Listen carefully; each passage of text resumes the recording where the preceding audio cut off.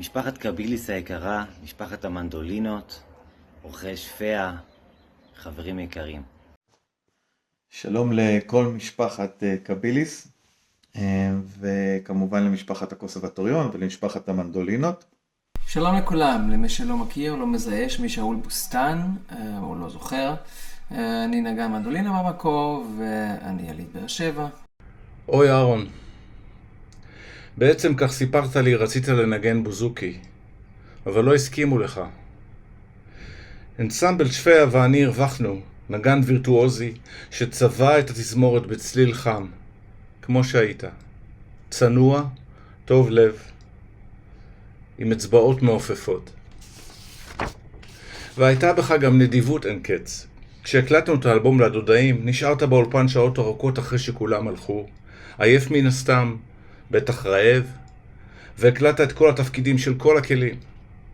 לקראת המופע הגדול בצוותא עם פוליקר, הגעת לכל החזרות, כבר לא היית בריא. ישבו לצדך על הבמה הווירטואוזים דור גדעון אמרן ושמוליק אלבז. שמוליק סיפר תמיד איך בילדות היית עבורו גיבור, מופת ומושא לחיקוי. אוי אהרון, נשאת את הכאב שלך באומץ ובגבורה בלתי נתפסים. אני מכיר לצערי את המחלה הארורה על כל 7 מדורי הגיהנום שלה. אתה שמרת על כבודך בצורה אצילה ונערצת. יום לפני לכתך באתי להיפרד בבית החולים. בלחיצת יד נפרדנו, שלא אשכח לעולם. בלפיתת לב. אוהב אותך תמיד. בזמן שאתם צופים במצגת הזו, אני תכף עולה על מטוס חזרה לאירופה. היה לי ביקור נפלא כאן בארץ, ולצערי, בשל הדחייה, אני לא יכול להיות איתכם עכשיו בלייב, לנגן ובעיקר להקשיב ולומר את מה שיש לי לומר. אז אהרון היקר היה עבורי מקור בלתי נדלה להשראה ובעיקר לפרגון.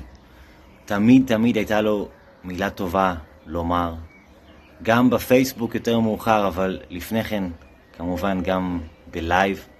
אני זוכר אותו בסיורים לחול, ושם הוא תמיד ידע למצוא את חתך הזהב בין הצחוקים והשטויות לבין להיות מבוגר אחראי וככה להעמיד אותנו במקום כשצריך.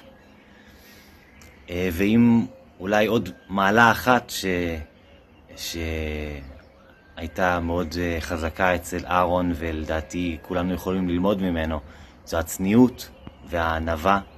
גם כשהוא היה חבר ברביעיית קרמן וכנגן ראשון בתזמורת שפע, וכמובן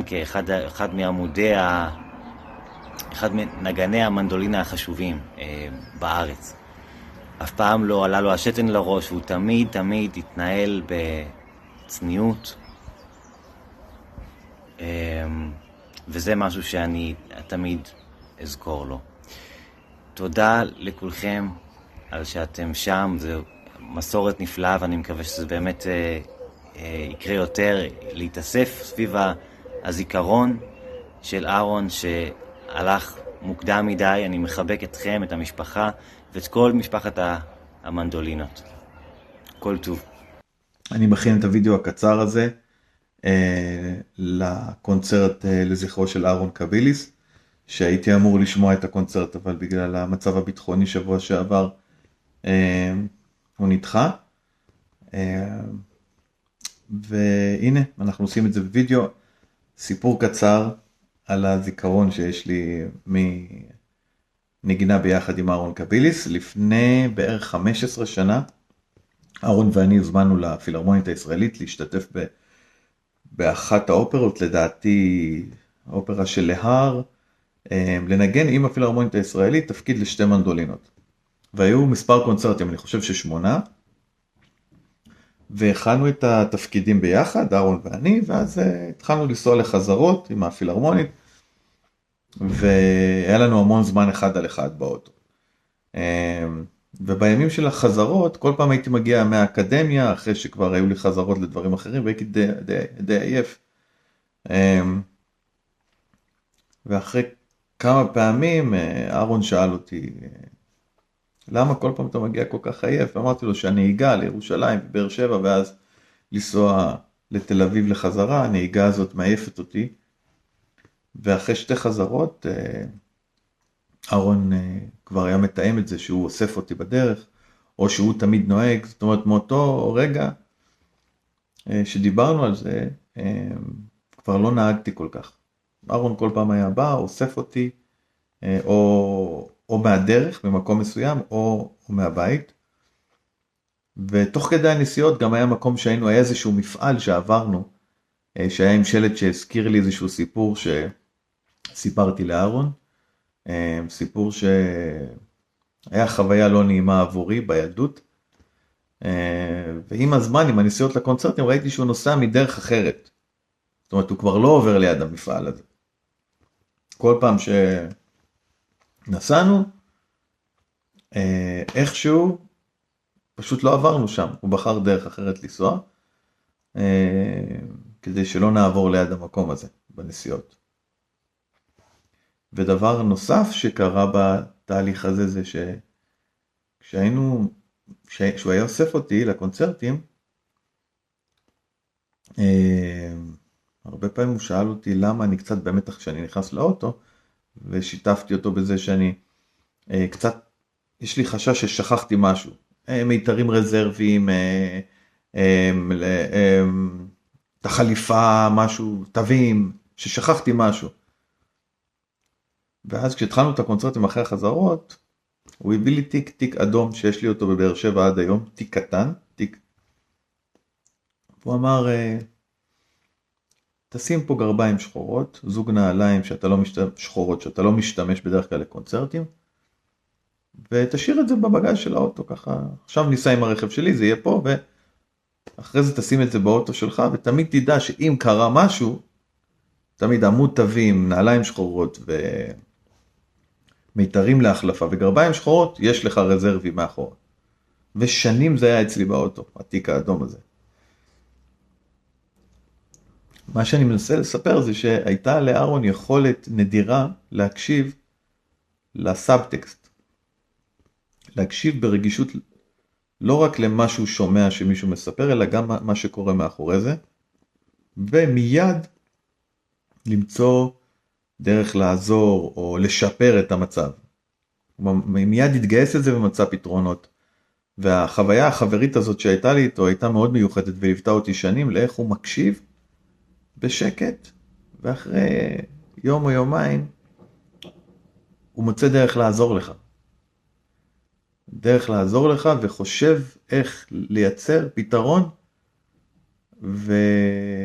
ולדאוג שמשהו שהפריע לך כבר לא יהיה. אז זה אהרון קביליס בשבילי. מעבר לזה, הוא תמיד ניגן נורא יפה. יצא לי לנגן איתו קונצ'רטו של באך כפול באחד הקונצרטים, וכמובן בפילהרמונית ביחד, ותמיד זה היה מוכן ומוזיקלי ותענוג גדול.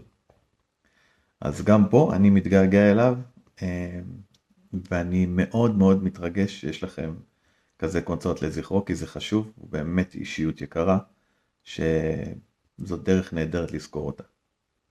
ביי ביי. פעם ראשונה שזכיתי לפגוש את אהרון הייתה בקונצרט ה-20 של התזמורת. זכיתי להיות התלמיד האחרון של שמחה, ושם ניגנתי איזשהו סולו קטן בליווי של מילה על הפסנתר, ואז באמת אהרון ניגן שם גם בתזמורת, ואחרי זה גם בקהל ידעתי והבנתי מי זה אהרון בפעם הראשונה, שהוא באמת מוותיקי נגני המנדולינה של התזמורת, ועם השנים למדנו להכיר אחד את השני, כי אהרון היה תומך נלהב שלנו ותמיד בא לנגן איתנו בתזמורת עם לב חיימוביץ', וליווה אותנו בקונצרטים ובחזרות כמובן, וגם בסיורים בחול. אנקדוטה מאוד יפה שאני זוכר מהסיור הראשון שלי בתור ילד בן 11 בגרמניה, זה שכשהיינו בסוף שבוע, היה איזה סוף שבוע שעלינו להרים, טיילנו להרים, ושם התאכסנו איזה לילה אחד באכסניה, לא יודע אם כולם זוכרים, אבל זה היה איזושהי חוויה מאוד נחמדה לכל הבוגרים יותר של התזמורת, כי היה להם אפשרות שם לשתות קצת יותר בירה וככה להשתכר. ובאמת אנחנו הקטנים היינו בחדר ורצינו ללכת לישון, היינו כמעט 14 ילדים בחדר, ולאט לאט הגיעו גם הגדולים ורצו גם לישון, אבל הם כמובן היו קצת שיכורים, אז הם עשו קצת קונצים, מה שנקרא, ואנחנו לא יכולנו לישון. אז למי קוראים? קוראים לאהרון. אהרון מגיע, ותוך כמה רגעים, אהרון נשכב שם ליד אחד החבר'ה, ותוך רגע הכל שקט. עד היום אנחנו לא יודעים מה הוא אמר לו, מה הוא עשה, שום דבר, אבל מיד הכל היה רגוע. זה היה אהרון, שאפשר תמיד לקרוא לו עזרה. וזהו, עם השנים יצא לי גם אחר כך להיות איתו ולחלוק איתו חדר יחד עם אלון ותום בסרביה, שהיינו כבר סטודנטים ובאנו גם לעזור לתזמורת בסיור בסרביה, ושם גם יצאנו לדבר יותר ויותר שיחות אישיות, כל מיני דברים, מהכל מהילדות בבאר שבע ועד מוזיקה. וזה הדברים שאני זוכר מאהרון, וגם כמובן הנגנה המופלאה שלו, שבתור ילד זכינו לשמוע אותו מנגן עם התזמורת סולו, את הפרק השני של מרצ'לו, מהקונצ'רטו לאבוב, שבכלל לא ידענו אז שזה בכלל קונצ'רטו לאבוב, אבל אהרון ניגן את זה כל כך מופלא על המנדולינה, וכמובן שכולנו רצינו לנגן את זה, ויצא לי אחרי זה באמת שהייתי בכיתה י"א לנגן את זה, ותמיד חשבתי על אהרון ואיך שהוא ניגן את זה כל כך יפה, את האדאג'יו הזה, היה מאוד מפורסם. וזהו, אני שולח לכם דרישת שלום מגרמניה, ואני ממש מצטער שאני לא יכול להיות בערב שאתם עושים לזכרו, ואני שולח דרישת שלום מפה. להתראות. אהרון קביליס היה אחד האנשים הכי מיוחדים שהכרתי.